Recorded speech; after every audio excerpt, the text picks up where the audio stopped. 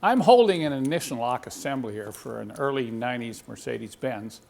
And you know, we're continuing to hear from our customers about problems they're having with these, particularly new customers who maybe bought some parts from somewhere and they've tried to put these assemblies together and they don't work right and they jam up. And it seems like this whole problem is getting worse, particularly if you like go to eBay and think, well, I'm going to buy some cheap parts there and put everything together. And you can't believe how many people are having problems with these assemblies locking up on them. And guess what? When they lock up, okay, you have what's called a big wrench dance. Now, by big wrench dance, I mean this is a huge problem. It's going to take a lot of time and a lot of effort to resolve. And sometimes, you know, it takes a lot of money to fix too. There's been a couple cases where I've had to tell people, you know, this is probably not fixable. You're going to have to buy a complete new assembly, and you know, you're out a few $100s. So just a word to the wise here, you need to be extra careful about these. What I'm going to do in this video is just explain again some of the problems that are occurring, and I'm going to show you what a lock assembly should work like and sound like before you reinstall it in your car. So let's take a look at two of these that I have here on the bench, and I'll try to explain, you know, some things you can do to try to avoid the same problems. I'm holding a steering lock assembly from an early 90s Mercedes that has the feature in it that we call the transmission lockout. It has a cable attachment that comes in here, and of course if you don't have the car in park and the foot on your brake, you can't turn the key.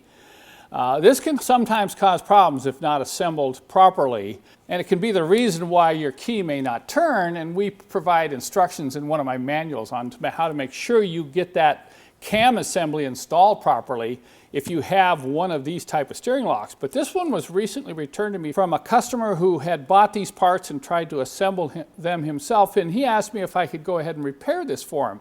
Well, look at this. I can't even turn the key. I can't pull the key out. It's totally stuck and the key's stuck, so what am I going to do? And it was kind of sad, but I had to write back and say, by the time I consider the parts I'm going to have to damage or destroy to get this fixed, and plus the labor, you might as well just buy another unit. So this poor guy was out a few $100s, and there was no other solution. So if you have this kind of stuck situation, I do have a couple videos which deal with it, but it's not fun. In fact, I'm going to have to cut this black cap off before I do anything else. And even if I get the cap off, I'm probably going to find a bad tumbler.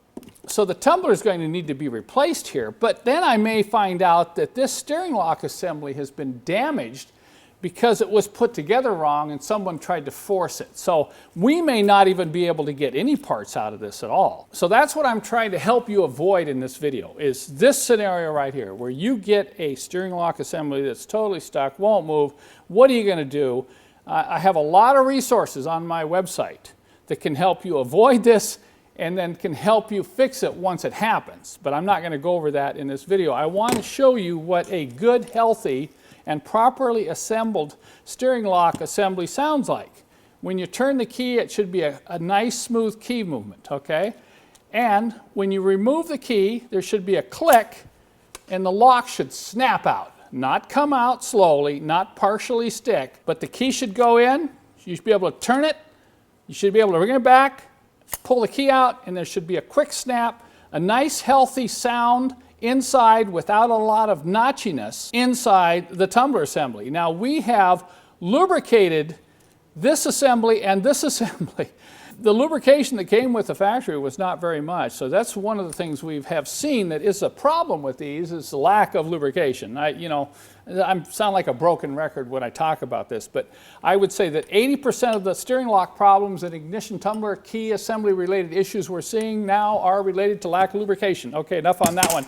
Now on these tumblers that you can buy online, we're finding that most of them are faulty. These are the aftermarket ones available, and the price is very attractive, but let me tell you, we're finding lots of problems with how these are assembled. Now when we get these here at Mercedessource, we have to take each one apart and modify it to make sure that there's no problem with this tumbler.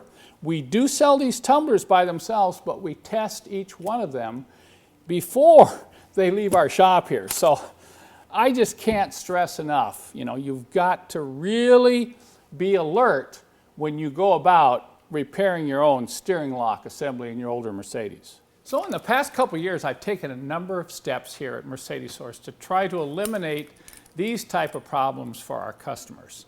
Number one, I don't just sell steering lock assemblies. I just decided not to do that because somebody will buy a steering lock assembly and then they'll buy a tumbler assembly from somewhere else, or maybe an ignition switch from somewhere else, and then they'll try to put it all together and it locks up like this one here. Then what are you going to do? Okay.